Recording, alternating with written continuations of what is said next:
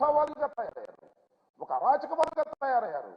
ఎప్పుడైతే తెలుగుదేశము జనసేన రెండు కలిసిలో ఇక అరాచకాన్ని సృష్టించేద్దాం ఈ రాష్ట్రంలో, మనకు తిరుగులేదు, అధికారం ఎలా రాదు, అరాచకాన్ని సృష్టించి పోలీసు వారి మీద దాడులు చేసి పార్టీ వైఎస్ఆర్ కాంగ్రెస్ పార్టీ ఆఫీసుల మీద దాడులు చేసి వ్యక్తుల మీద దాడులు చేసి ఏదో సాధించాలని ప్రయత్నం చేయడం చాలా దురదృష్టకరం మనం చేస్తున్నాం. ఇదే సందర్భంలో మరొకటి గుర్తు చేయాలి. ఖమ్మం నేను మ్యారేజ్కి వెళ్తే, ఒక వివాహానికి వెళ్తే ఖమ్మంలో నా మీద దాడి చేయడానికి ప్రయత్నించారు తెలుగుదేశం వాళ్ళు.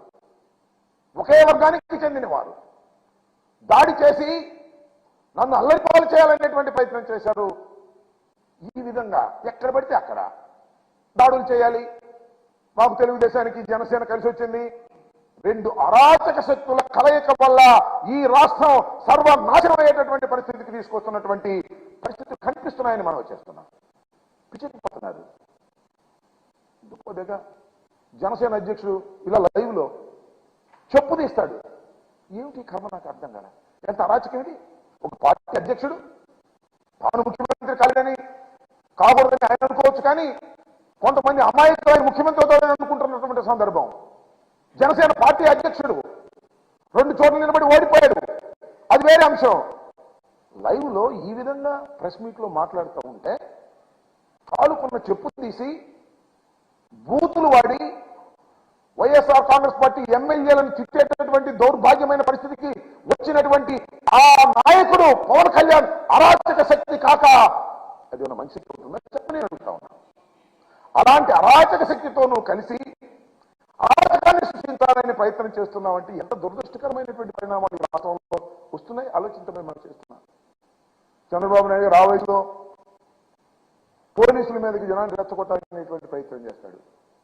తరమండి పోలీసులు అంటాడు, కొట్టండి పోలీసులు అంటాడు. ఏమిటి దౌర్భాగ్యం, ఏమిటి ఇది అరాచకం, ఎందుకు ఈ ఫ్రస్ట్రేషన్? అధికారంలోకి రాలేమనే కదా ఇలాంటి దౌర్భాగ్యమైన పరిస్థితి మీరు చెబుతున్నారు. వాళ్ళ అబ్బాయి అన్నాడు, దత్తపుత్రుడు కాకుండా వాళ్ళ సొంత పుత్రుడు. ఎర్ర బుక్ అంట, నాకు అర్థం కాల.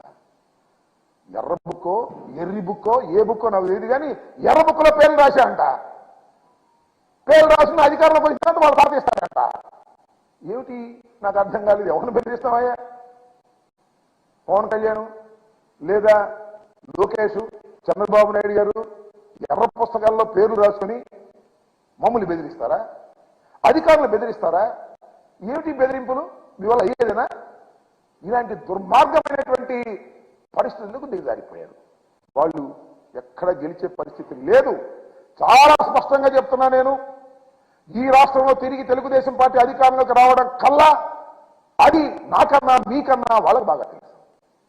చివరికి కుప్పంలోనే చంద్రబాబు నాయుడు గారు గెలుపొందేటటువంటి పరిస్థితి లేదు. ఒక్క మాట, ఆయన మాట్లాడిన మాటలు వినండి, మీరు చెప్తా. కుప్పం వెళ్ళాడు కదా, కుప్పంలో ఏం మాట్లాడాడు?